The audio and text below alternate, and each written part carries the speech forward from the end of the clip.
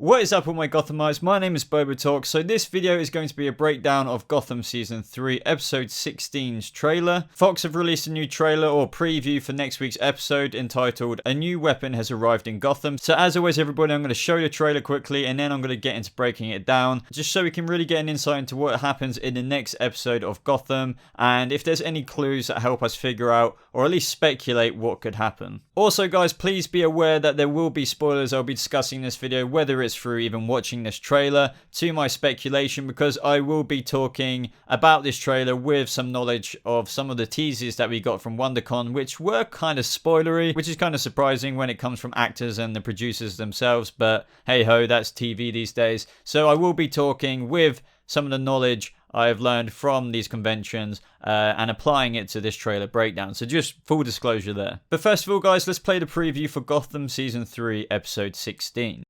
Gotham must fall.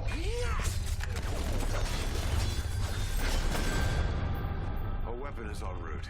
A weapon the court intends to use to destroy the city. So how do we stop it? I've been waiting a long time for you to begin your journey. I'm not scared of you. I have so much to teach you, Bruce.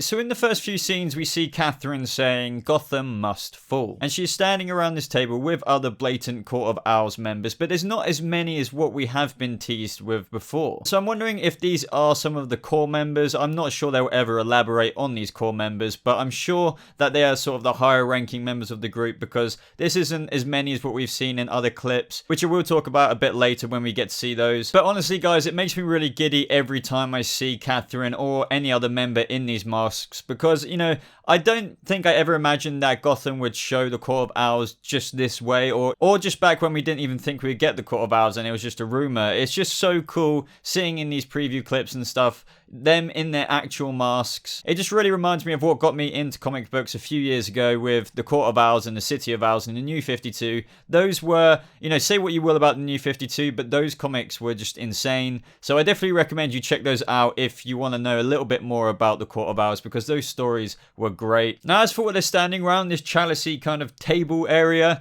it definitely does appear to be a mirror, just like what we saw in the previous trailer, because as you can see in this image here, we see sort of a reflection of the window above the Court of Owls. Now as for why they gather around this mirror and if it has any significance, I would love to know what you guys think about it. Does it mean something more than just a simple plain old mirror? Let me know in the comments below. Now in the most recent episode of Gotham, How the Riddler Got His Name, we have now learned that it was Ivy who has been nursing Penguin back to health and who pulled him out of the river. And in this scene we can see that she is still with him, so it's going to be interesting to find out how and why she went after Penguin. Did she literally, you know, I don't think it was a case of her walking around and stumbling across Penguin and pulling him out of the river. So yes, Ivy did save Penguin, but was it on behalf of Fish Mooney? That is still what we have left to find out, because what we have learned from WonderCon, we've heard teasers that Penguin will basically take over the Freaks, you know, the Fish Mooney's gang, and Fish Mooney will make an appearance, but I'm sure that she is behind all of this. Now actually in this scene we do see Penguin lunge towards something with this gardening tool, it seems. Now initially when I first saw this I thought it was a blade, but as what we have to remember guys, these trailers are often meant to be misdirecting and make us speculate all kinds of things.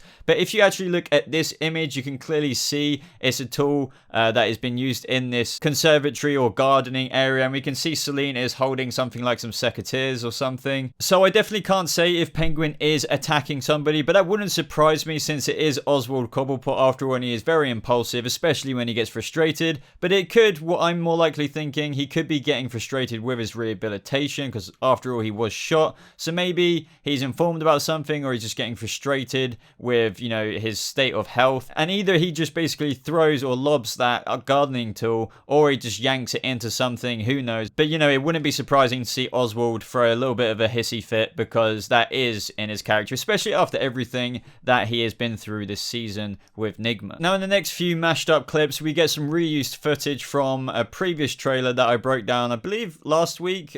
but I believe that trailer was called The Transformation. But anyway, in that trailer is what we see in this trailer. We got teased with this new Court of Owls Talon, and we see Barbara and Tabitha and her kind of gang just attacking him. So if you don't understand what's going on here, basically at WonderCon we got teased that Barbara obviously wants to go to the direction of becoming basically the Fish Mooney of season 1, sort of the Queen of Gotham in season 3. And at one point, probably next episode, she believes she's got there to the point where she even calls herself Barbara Queen. But then she finds out actually there is a hierarchy up there called the Court of Owls, and she more or less naively thinks, you know, I'm going to go after them because I do not want them to be on top of me. I want to be on top of them. I want to be the Queen of Gotham. But it looks to me like she typically underestimates the court, and I think that's quite evident just because of what we're seeing here. She probably finds out about the court, she sort of inquires or goes after them, and then lo and behold, there's this badass Talon who's deflecting freaking bullets with this sword of his or his blade. So that's going to be an interesting dynamic between Barbara tackling the Court of Owls, and that look Tabby gave her, just like, you know, Tabby is a badass, so for her to look at Barbara just like, we need to go, we need to get out of here now,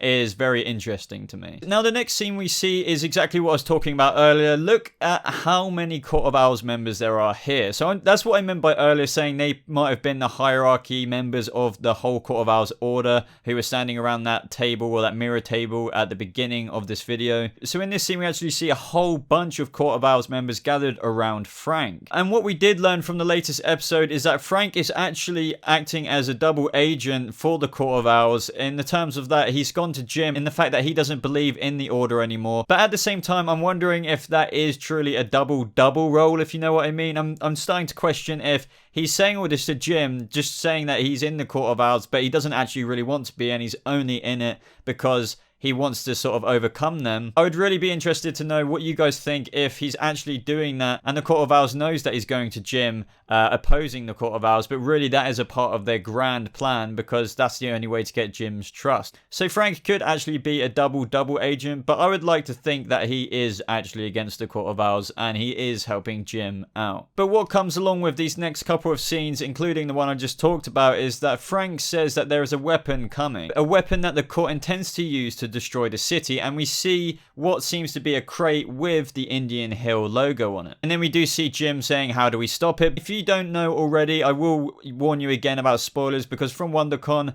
we did get teased a few things about a few episodes time, so that's how I know all this knowledge about the episodes to come. So just be warned if you do not want to find out what this weapon could possibly be, because I think it is a fairly good guess as to what I have in mind. So I do believe that this Indian Hill crate is the weapon, and what the weapon is actually going to turn out to be is the Alice Tetch virus in a kind of mass-produced way, perhaps. Now, as for how it's going to disperse around the city, maybe it is something like the Nolan Batman Begins films and how they somehow put it in the water supply. I have no idea. But what the court do intend to do to Gotham City is release the Alice Tetch virus to the whole city, and imagine how much chaos that would bring. Now, obviously, at this point in the season, Gotham don't really want you to know this from the trailers, but at the same time, that doesn't make sense when all the actors and executive producers talk quite in detail about the second half of this season, so it is a bit confusing. I guess if you watch these trailers, you're obviously not expected to know what is to come. As an average viewer, of course, who doesn't go to these conventions or watch all the extra videos about Gotham, but I'm fairly confident that this weapon that the Court of Owls intends to use is that Alice Tetch virus that we have been teased about, that will be being released over Gotham City. And this will be a huge storyline that will sort of fall into the finale of the second half of Season 3. And with Jim saying, how can we stop it? I definitely believe the Mad Hatter is the key. There has been leaked footage and photos uploaded by people in the area or filming or actors themselves of the Mad Hatter actually being escorted by Jim and Harvey, running away from Barbara and the crew shooting at him. So I do believe that in an attempt to rescue and save Gotham City from this Alice Tetch blood storyline, Jim tries to get the cure out of the Mad Hatter, and he may well be the key, especially if Lee is infected, which it does very seem like she is. But is she infected at this very point in episode 15? I do not necessarily think that she is, but I think for sure she will be. But is she already infected, guys? or does she get infected when this weapon gets released on Gotham City? Let me know in the comments below. So in the next couple of clips, we see Bruce running down the corridors of this place he has been taken to, because in the last episode and in the latest episode, we have learned that wherever he has been taken to in a very Batman Begins style is actually outside Gotham City, which is very apparent, and we've seen this from the trailers as well, and that this Bruce is actually our Bruce, which is good to know, because I was worried that they would do something with this Bruce and the trailers might have been misdirecting us that this was actually clone Bruce. But I'm glad that obviously, I mean, it was a safe bet anyway, but that this Bruce is actually our Bruce, and he will be getting this all-important Batman training underneath the shaman, whether he has evil intentions or not, which it does and has been teased that he does. So from the looks of this trailer and the next couple of clips, it does look like this shaman is essentially enforcing this training upon Bruce. He does say in the trailer, like, I'm not scared of you, but we see one of the shaman's henchmen, I can only assume, or one of the members of this order, manhandling Bruce, while it seems that the shaman puts this weird druggy kind of trip-inducing juice needle on Bruce's head, which, as I said in my previous transformation trailer breakdown, sends him on one big ass trip that the shaman wants to send him down to help him realize and form who he becomes one day, which is the Batman. But this is the very, very, very beginning of Bruce's Batman journey. Regardless of if this shaman guy turns out to be a bloke with evil intentions, he still will play a very important role in these next coming episodes with Bruce's transformation. Now, as I've said many times in this video, they have used quite a bit of reused footage from the transformation trailer, but not to blame for that at all, because you don't want to give too much away from the future episodes. So what we do see is Crime Alley again, like the transformation trailer showed, but we get a little bit of, you know, new scenes from that, which is awesome. And what we do see is Bruce kind of fight back to the shaman, which I think will be provoked. And since this is meant to be sort of on another kind of mind plane of existence, drug trip that they've sort of gone on, we see that the shaman sort of sends Bruce freaking flying, and I actually find this really cool. I kind of understand if some people do not dig this, because it is kind of a touchy thing to press upon, but we always knew that with Batman's training, when a TV show like this will try and, you know, show these origins, it's not going to please everybody, but I personally think that this is very, very cool. And then at the very end of this trailer, we hear him say, I have so much to teach you, Bruce, and that is very true, because what we're going to see in these coming episodes is this shaman teach Bruce to become a dark hero of Gotham, in his own words, that even though he appears like a cool shamany old man trainer, and I'm sure it will appear that way in Bruce's training at first, be on the lookout for some other kind of intention that won't necessarily be in Bruce's favor. So I personally think that that will be, don't get me wrong, he's definitely going to help Bruce start his transformative journey into Batmanhood, but Bruce will sort of transcend him and perhaps go along with Ra's al Ghul and, you know, eventually his other steps to becoming Batman.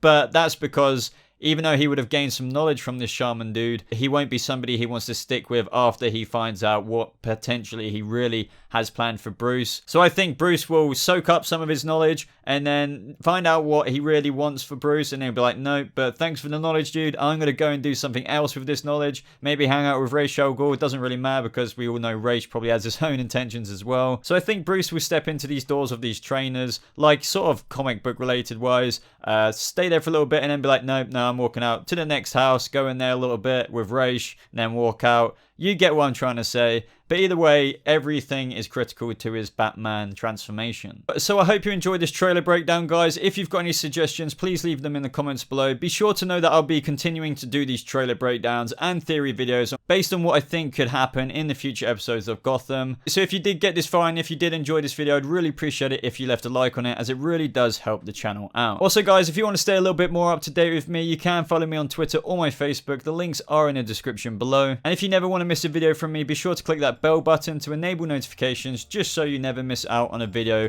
whenever I upload one. But apart from that, everybody, thank you so much for watching. I hope you have a lovely rest of your day, and I'll see you in the next video. Goodbye.